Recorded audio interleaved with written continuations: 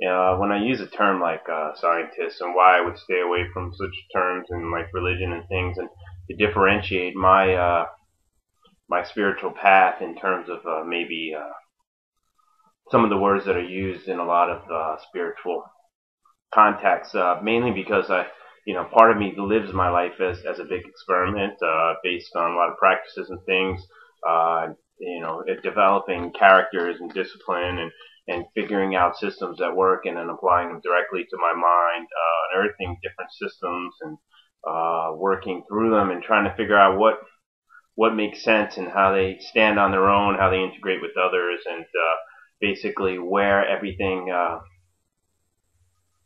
how we can be in tune with what's real and not necessarily, see things through too many filters or too many things that are stopping us from perceiving reality as it is. And, also like one of the things comes to mind that's a strong belief of me that came through such things as Robert Anton Wilson is the idea of reality tunnels, and that we all have our own reality tunnels, and we have our own way of perceiving reality, and understanding that there's infinite perspectives, as many perspectives as people, and even that will probably changes moment to moment. So there's really no way you can kind of put your hand or pin any of this down, and that's the phenomenal nature of what I believe we're dealing with.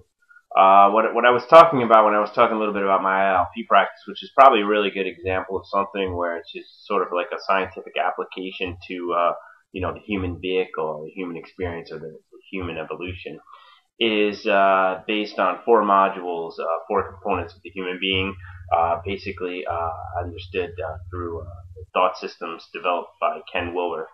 And he separates reality, basically all forms of reality, into four quadrants: the I, we, it, and its.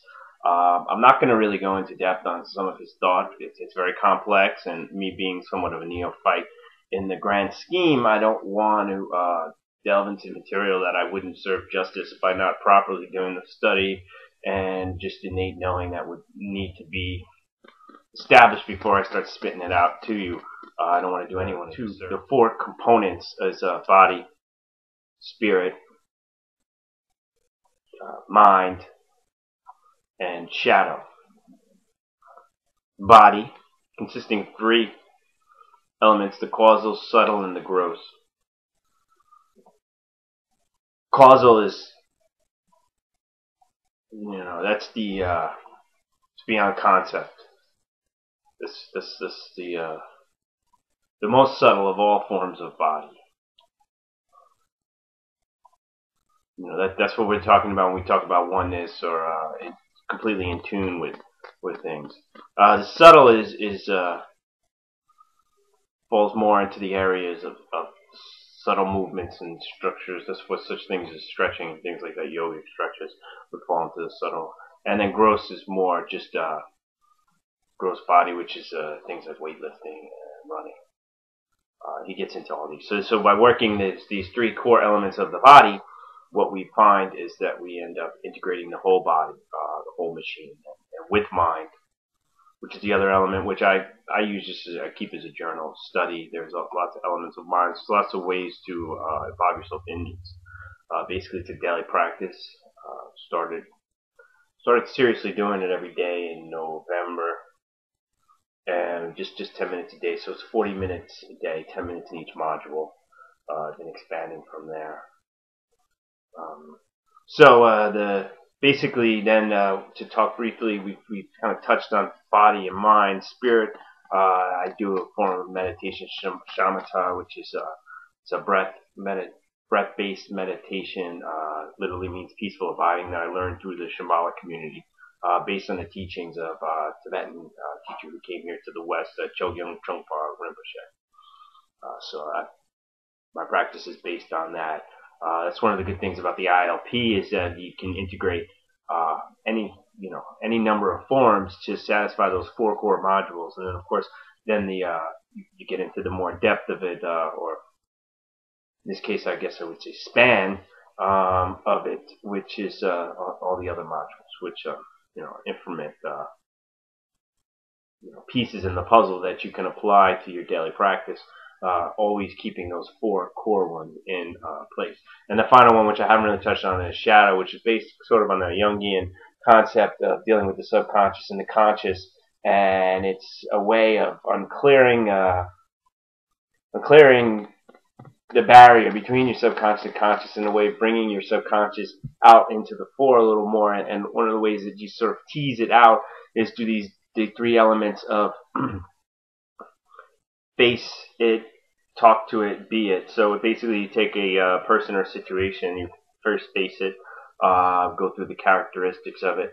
Then the second aspect would be to talk directly to it, build a relationship with it as an object. And then the final one is become, which would be the actual first person, which is become the I of the thing. So first it's an it, then you have this sort of like it's something you're observing from the outside, then it's something that you're relating with, and then finally you become the thing. And then there's the final element, which would be to sit with the whole thing. That's how the shadow, and like I said, it's based a lot of this on Jungian concepts of how to bring it out. Pretty powerful area. So when you're beginning to, start to encounter it and develop an understanding for how it works, how to manifest the practice of it into my daily life. So this is a very scientific approach. If you look at it, just finding out the elements of what you're working with, and then sort of becoming those characteristics. Another place where you see it is maybe a slightly more theistic way, but also has a lot of leanings with the East. Is sort of the science of mind stuff that you get from Ernest Holmes, which I studied with my teacher, Father Maximus Gregorius, which basically talked about these 8 characteristics, things as love and beauty, and then manifesting these characteristics is a little more on the theistic side of things. We talk about the Christ and the characteristics of the Christ, and then becoming these almost sort of like a Godhead, maybe through like a Hindu way. And there's just all kinds of shifts that are created when you go from maybe a non-theistic to a theistic form of thought system. So there's a lot of complexities, and it can definitely get convoluted if you start kind of cherry picking from one system to another. So there's the difficulty of having a cross-disciplinary approach, of course. I don't even know if this is fully doing justice. It's really probably just opening up the can of worms to show the depth of what it is, but hopefully at least it gives you some sort of a window into why I would claim this mental scientist. Going into then the final elements, the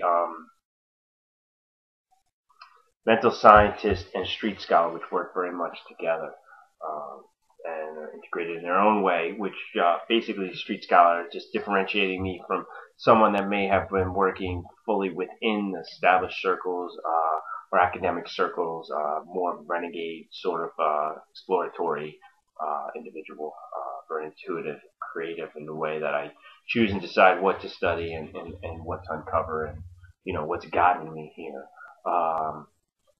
And I think that's also part of the sort of that scientific sort of approach. I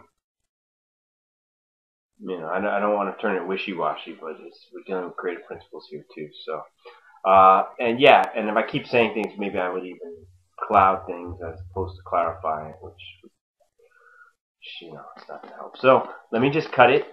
Thank you for the question. I hope to be actually, let's just say I will be providing you a more acceptable, clearer,